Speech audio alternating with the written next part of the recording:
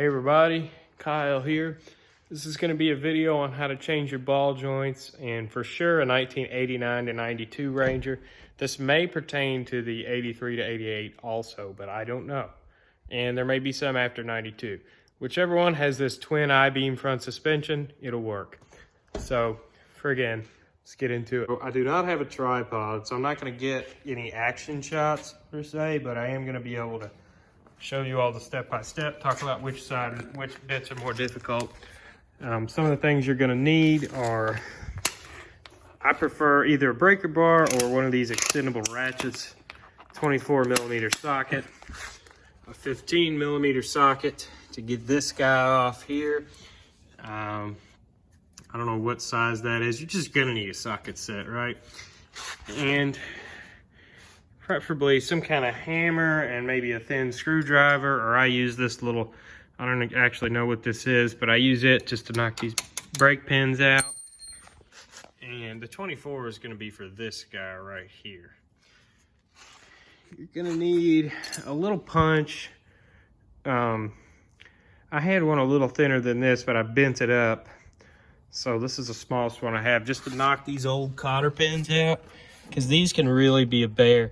Actually, I don't even think I can use the punch on this one. This could be a real interesting thing here. So you're also going to need a pickle bar and a decently heavy, I believe this is a 4-pound sledge, mini sledge, and it works perfect for separating these tie rods and this ball joint down here. So this one you don't have to separate, it just comes out. So friggin', I guess let's get started here. The first step I'm gonna take, at least, is to remove the brake and remove this bolt. Also, using some PB Blaster would be very beneficial, and if you have a propane torch or a MAP gas torch, definitely break it out at this point. On the other side, I didn't need the torch, but I know each and every vehicle is different, so you may need the torch. So friggin', definitely soak this down with PB Blaster, soak this down with PB Blaster or WD-40 penetrating specialist. Don't just use regular WD-40 though. All that does, it's water displacement. It's not lubrication. So you'll need a penetrating specific oil and a bucket to set this on. So friggin', let's get started here. Also forgot to mention, you will definitely be needing a decently strong impact. This 1/2-inch Harbor Freight Earthquake works perfectly, and of course you'll need a ball joint press set. Let me just show you this one. This one works okay. If you could get one with more of these things in it, that'd be better, but I'm just renting it from O'Reilly, so this will work. I actually had to incorporate a socket into this in my last attempt, or my last time doing this, so definitely rent one of these from O'Reilly. You just give them 140 bucks or whatever, and then, or 150 bucks. And then you get this, then when you return it, you get your money back. So like I said, before I really get going, I'm gonna soak some of this stuff down. Whoopsie, shouldn't be looking through the camera. Let's see, soak that down, and then get this bottom one real good. Okay, so now that this bolt here, and we'll get this side too, just be safe. All right, so now we're gonna break free the brake caliper. This is really easy. So take your hammer, see the top of this thing here, hit the top. That sends that in, and do the same for the bottom. Then you're gonna take your little punchy or a screwdriver, hold it to the side here, and peck this until it comes out the back. Make sure you got a nice little bucket or bigger bucket, it doesn't matter, just to sit that on so you're not stressing this old and already partially ruined brake line there. So now that you got that off, you got good access to this 15 millimeter bolt here, which looks like it has already been kind of ruined the last time it was used. So this is going to be interesting, to say the least. As we get this 15 on here, and I really should have the black impact sockets, but I don't. So we're just going to use this one and hope it doesn't break. So then I'm gonna put this on here, extend it out, and hope to hell it breaks loose and doesn't break. That worked out perfectly. That came right out like it should have. It just took a little bit of force, but it broke free. if I feel like if you can't get that out with a decent amount of force, I definitely use the torch on it or some form of an impact if possible, instead of just applying raw force to it. So anyway, next we're gonna break the tie rod free, and lucky me, I just put these tie rods on a few months ago, so I can get this clip out easy and break this free fairly easy.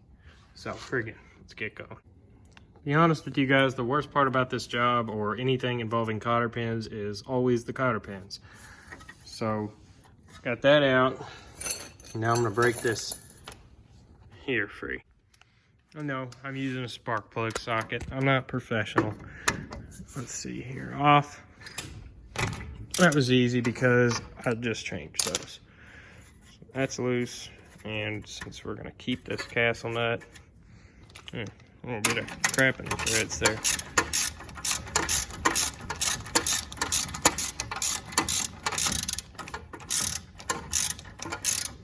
See if that'll come off now. That's odd. Some junk in those threads. Hopefully they're okay, because don't want to change that out again.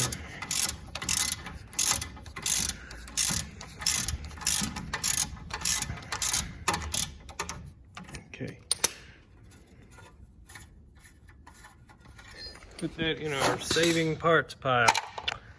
And now to break this guy free. Now, a lot of times you can screw the castle nut on backwards and hammer down onto it, but that tends to ruin the castle nut. So I just like to do this and make sure you don't screw up the boot too bad. So don't just jam it in there. Make sure you're not messing up the boot real bad or tearing it, because then you will have to replace your tie rod. These have been made here, and I ripped this boot on my tie rod. So that's kind of annoying. I'll probably have to replace this sooner than I otherwise would have.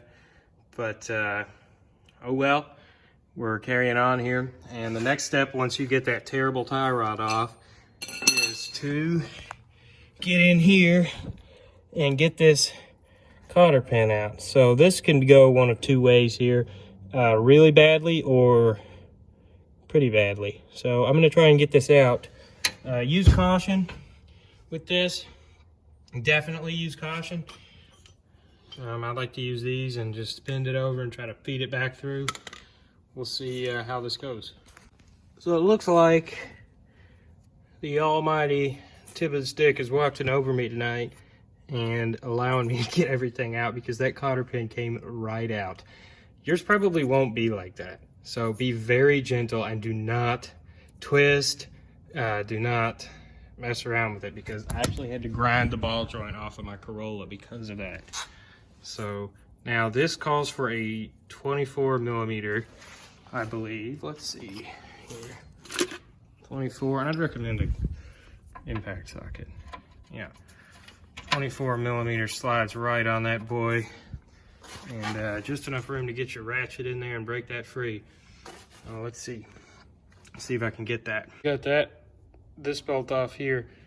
The next step is to take your pickle fork and your sledge, get it right in here or from the other side, and just beat the hell out of it until this comes off. Then when this comes off, this will fall right down, so don't have your nutsack right in there because it'll hurt.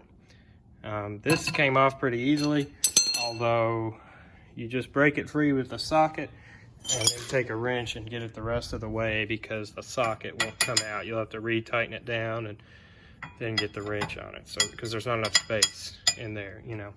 So again, I'm gonna break this thing free and I'll come back to you guys. So that came off like a dream, super easy, which is weird, but see that?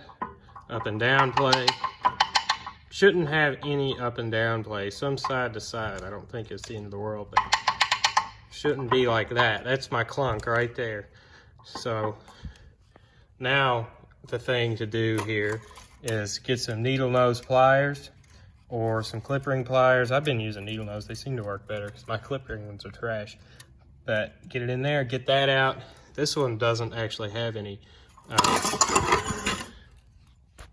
doesn't actually have a clip ring on it. The new one you're gonna get will have it on there, but you won't have enough room to do it.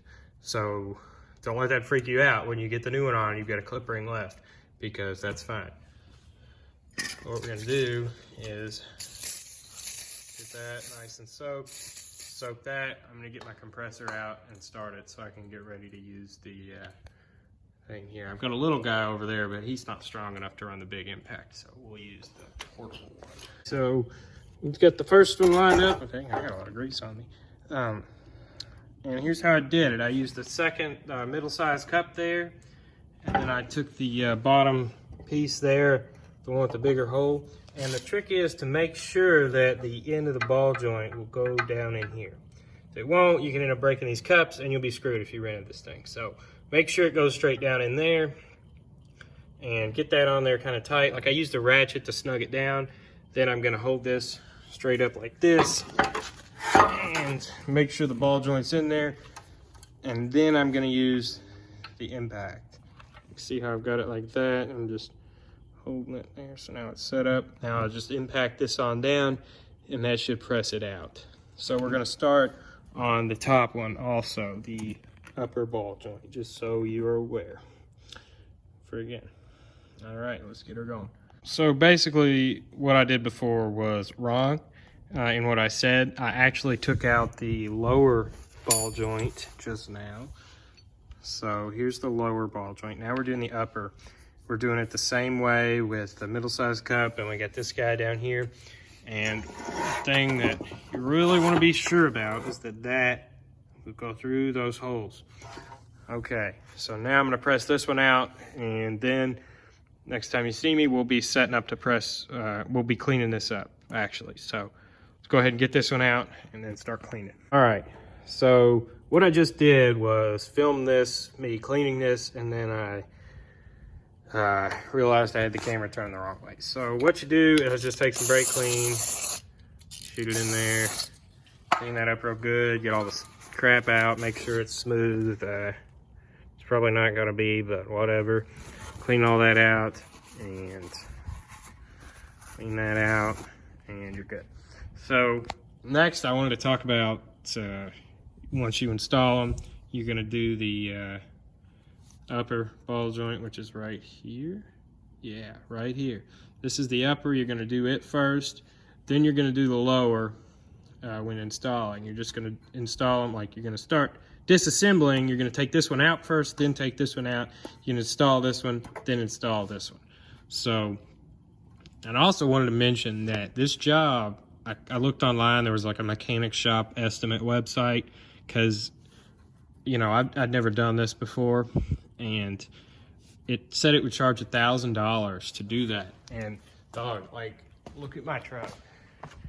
This thing isn't even worth $1,000. I mean, it is to me, but because I love it in every way. But I mean, to a lot of people, like, that's the end of their vehicle. So it's kind of why I wanted to make this video, to help save you guys some money, or try to. So anyway, I'm gonna go ahead and press this in. I'll get a clip of you showing you guys how I set up the press, and yeah, we'll go ahead and start off with that. So this took me about a minute to figure out. So how this is set up is I've got the ball joint top riding on that. Let's make sure that's even the correct way up. Yeah, that's right. So then I've got this little cup here, and let me hold it there nicely so you all can take a screenshot if you so choose. And notice that this part is going in this little outer extended bit is going into this indentation here. All right, let's go ahead and try this. And with this taking a while, what I ended up doing was kind of the big sketchy, which is this right here. Let's see here. Well, I wanted to point out that in the pressing in the first one, the first way I had it worked for a bit, but then the ball joint press hit the top where the other ball joint was pressed in, so it couldn't go any further. So that's why I changed it to the way I had it when I cut back to it. So just to clear that up, I was watching clips, and I figured I should mention that. So you all saw how I did that. It was kind of terrible. Fitting them in is a lot more difficult than taking them out. So yeah, now let's do the next one and see if I can figure out how to do it. This is the upper, and it gets the clip ring, as you can tell right there. And you should have just enough room to get that in. All right. And I am using, in case you all were wondering, Moog greasable ball joints. I don't have to change them again anytime soon. Because as you can tell, this is a lot of fun to do, and these are worth the extra bit they cost. They don't break.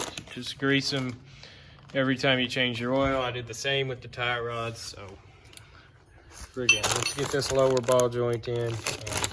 Here's the boot for the upper. I'll go ahead and put it. The parts for the upper. So now let's get the lower put in. And also, this is how I've got this one set up. I'm just riding on the big old dick tip of this clamp on this side, and then we get the friggin' big old the middle size round cup thingy, and this on top. So now we're just gonna press him on in, turn that on, make sure that's, hope I've got enough steam left in here, air. All right.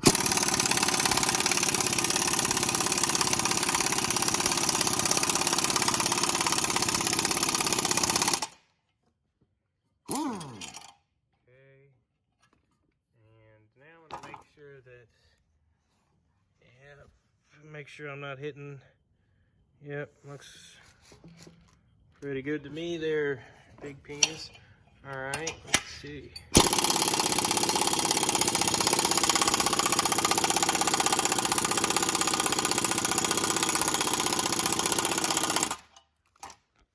doesn't feel right.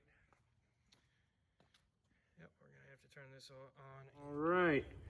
Kick ass. So new ball joints are in now. I just got to reassemble this bad daddy, and I got to put this little clip ring in here, which is a real bear. So the hard part of doing this is just finding out where each one of these little cups goes, and then getting it mounted on there, because it's tricky to kind of hold it. It's like you need 3 hands kind of, but it's not too bad. It's doable. If I can do it, you can do it. So friggin' now I'm gonna go get some water, relax, and then put all this back together and hopefully have a driving truck tomorrow. So friggin', the next step here is to install this. Let's get these lined up. They need to be perfectly straight. All right, get them perfectly straight, and then just stick him up in there. And you're gonna want to start the bottom one first with the castle nut. See, when you install the bottom one, there's no room for that clip to get a clip up here. Oh, I need to put that in, shit. Well, I'll put that in, and then you'll start the bottom one first. You'll use the castle nut, get the cotter pin on there, and I'll do that. So forget. That clip was absolutely the big terrible and not fun at all. So what I ended up doing was pushing down with the pliers, and like using my right hand to push down with the pliers and to pull out on the clip, you know, like widen out like this and push down. And then I used my left hand to push this side onto it, and it took like 10 tries, and that thing likes to shoot off real far. So keep that in mind. These clips are a bear and a half. So friggin', now I'm gonna put all this back together. I actually lied, and this stuff, this doesn't go on yet. So we need to put these boots on. Well, this boot here, this little grease bit here faces inward towards the engine, and then I'm gonna go ahead and put the grease fittings on. Then we put this together.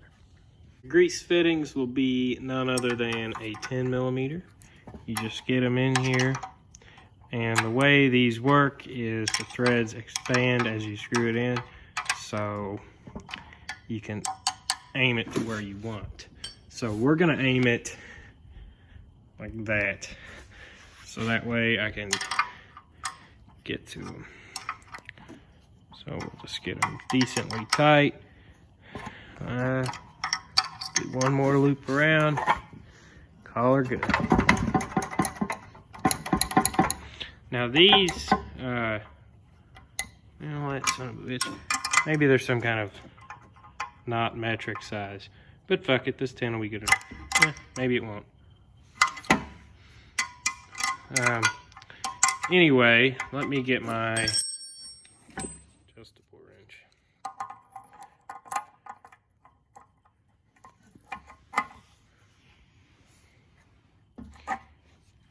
Okay. So now, so what we're going to want to do is kind of stage this and think about how we're going to grease it. So we're going to want to come, that should be fine right there. And you got to think too, the next time you do this, which there probably won't be a next time, let's be honest, these trucks are old, but you're going to have to remove this before you start with the ratchet, taking that castle nut off. But grease fittings are important, so you definitely want to buy ball joints with grease fittings.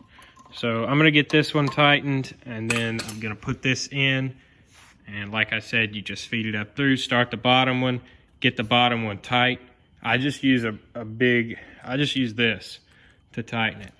And I know that's terrible, but I don't have a lot of good wrenches, and this is not the same 24 millimeter size, and I just get it tight as hell, as tight as I can get it with this, and call it good. And then you tighten this bolt. That way it brings it all the way up into there, and you can clamp that. It'll be the right height. So let's get these tightened, get that on there, and then I'll report back. Oh, so that's in. And now I just need to put the new bolt in here, tighten it up, and I don't know what I did to this piece here, but it'd be fine. So now I just need to put the new bolt in, tighten it up, and put the tie rod in, put the brake on, and we're mint. All right, so I've gotten a lot done. I got the cotter, this tightened down, I got the cotter pin in, and I'm kind of using feel for torque specs here. This stuff has cotter pins in it, it's not going to come loose. Obviously get it tight.